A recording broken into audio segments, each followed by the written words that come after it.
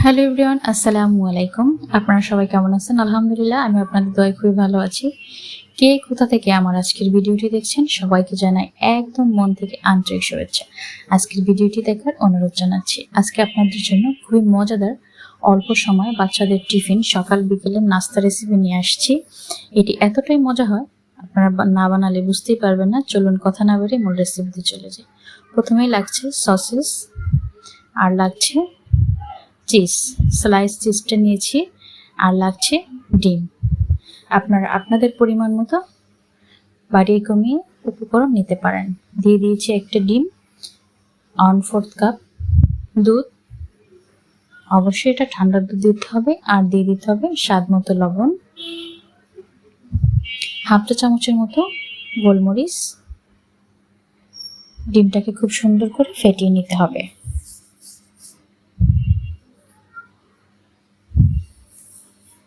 ডিমটা ফেটানো হয়ে গেছে। এখন যে মেইন উপকরণটা লাগছে সেটা হচ্ছে ব্রেড। আমি এখানে 5 পিস ব্রেড নিয়েছি। এখন ব্রেডটাকে কিভাবে কাটছি আপনাদের দেখে বুঝে নিতে হবে। আমি এইভাবে করে খুব সুন্দর করে কেটে নেব। আপনারা দেখে বুঝতে পারছেন আমি কিভাবে ব্রেডটাকে কেটে নিয়েছি।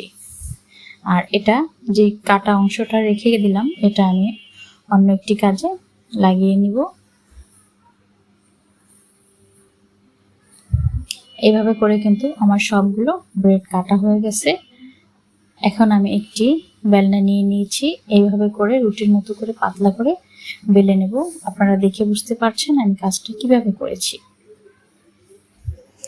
এখন যে প্রথমে যে সসেসটা নিয়েছি এটা 1-2 মিনিট একদম সামান্য পরিমাণে তেল দিয়ে হালকা করে ভেজে নিতে হবে। আপনারা চাইলে এটা না ভেজেও ব্যবহার করতে পারেন।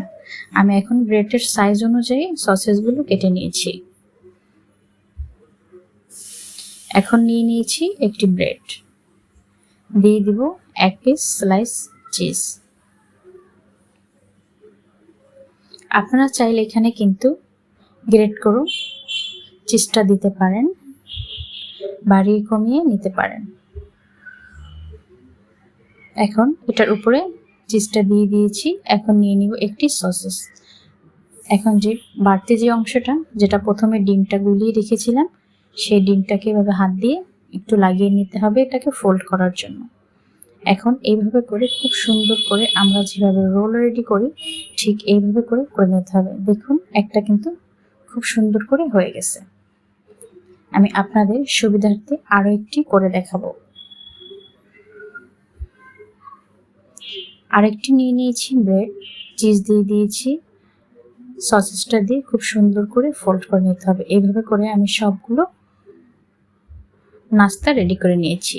এখন চুলায় একটি প্যান বসিয়ে দিয়েছি। এখানে আপনারা বাটারও দিয়ে করতে পারেন। আমি সামান্য পরিমাণে তেল দিয়ে দিয়েছি। আর এই নাস্তাটা একদম সামান্য তেল দিয়ে কিন্তু করলে খেতে অনেক বেশি ভালো হয়। আর যেহেতু নাস্তা রেসিপি, অবশ্যই সকালবেলা খুব তেলে খাওয়াটা কিন্তু একদমই ঠিক না। অল্প তেল হলে স্বাস্থ্যের জন্য খুবই ভালো হয়। এখন এইভাবে ডিমে কোট করে আমি তেলের উপরে ছেড়ে দেব। এক এক করে সবগুলো নাস্তা দিয়ে দিব। 1-2 মিনিট পরে উল্টিয়ে দিব। আমি ব্রাউন কালার করে নাস্তাগুলো ভেজে নিয়েছি। আর এই পর্যায়ে কিন্তু চুলার আঁচ থাকবে একদম মিডিয়াম টু লো আছে, জাল বাড়ানো যাবে না, তাহলে কিন্তু নাস্তাগুলো পুড়ে যেতে পারে। আমার নাস্তাগুলো 2-3 মিনিট উল্টে পাল্টে ব্রাউন কালার করে কিন্তু নাস্তাগুলো একদম ভাজা হয়ে গেছে। আপনারা দেখে বুঝতে পারছেন কতটা সুন্দর কালার এসছে।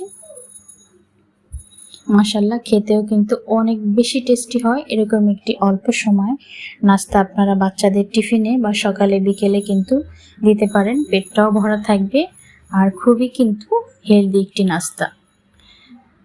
উপরে ক্রিসপি, ভিতরে একদম সফট। দেখুন মাশাআল্লাহ অনেক সুন্দর হয়েছে নাস্তাটি।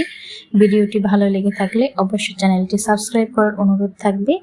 আজ এই পর্যন্তই। সবাই ভালো থাকবেন, সুস্থ থাকবেন। খুদা হাফেজ। আসসালামু আলাইকুম।